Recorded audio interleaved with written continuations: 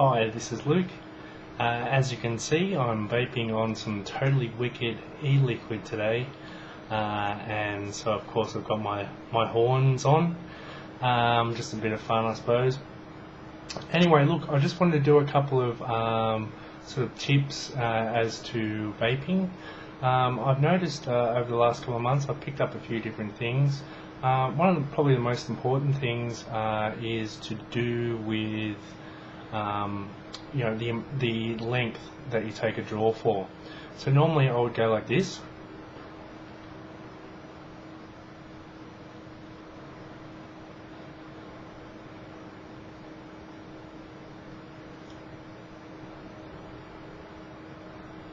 and well, here's my horns. And I would take these really long, big drags, and get a single throat hit and all that. What I've noticed is a better thing is to actually take smaller drags and sort of take a breath in, so multiple times for about the same length of time.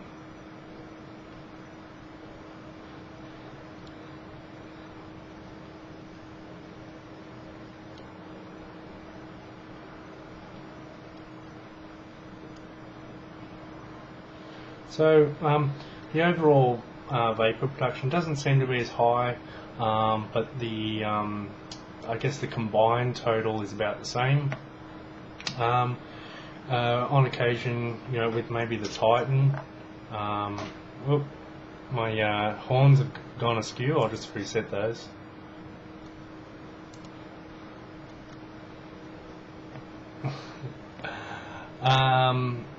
So I don't know what happened to my horns, but there they are. But basically, look, with the Titan, I can do the same sort of thing.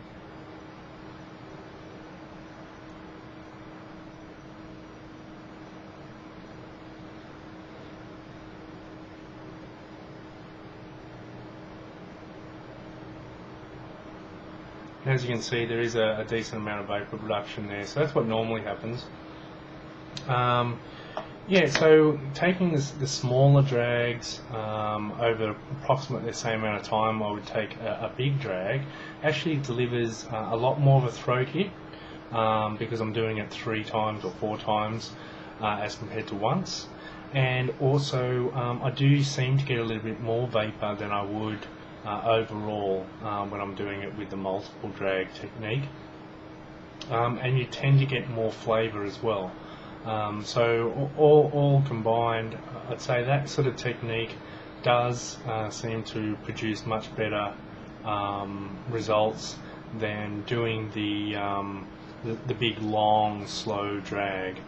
Obviously everyone has their personal preference, but that seems to just work the best. Another thing is cartridges. In the 901 pass-through I actually do have a cartridge in there, but it's a 510 cartridge rather than a 901 cartridge. I found that they wicks the metal wick better. Now with a 510, you can see there's a wick in there. They all have these metal wicks, and that metal wick is basically a mesh, like a scrubbing brush type mesh, and it actually absorbs the liquid, and that's basically what's being vaporized when it heats up.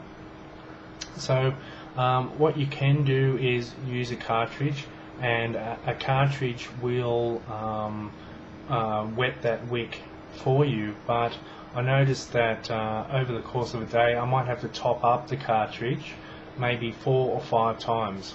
So while it's good in the sense of maybe a slight more convenience, it doesn't tend to wet the wick consistently throughout an entire day.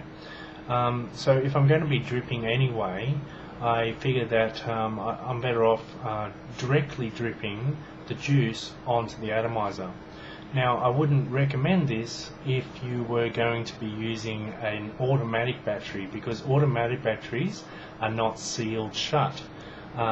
This is a manual battery, and as you can see it's completely sealed.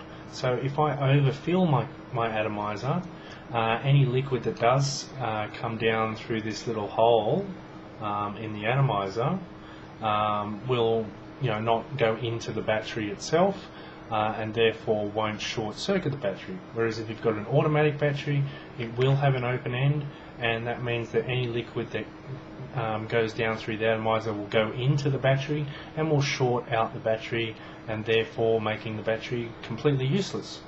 But having said that, as I say, I do have a manual battery, so I will be showing you just a quick direct drip. Basically you just drip directly into the center, so it's going to hit onto the wick. The other thing you can do is you can get a little sort of drop like that, and then actually touch it onto the atomizer itself, onto that wick, so that rather than you getting a bit of a splash effect when it hits the wick, it soaks directly into the wick itself. So I'll put that back on there, and that'll now produce a nice vapor and a nice flavour.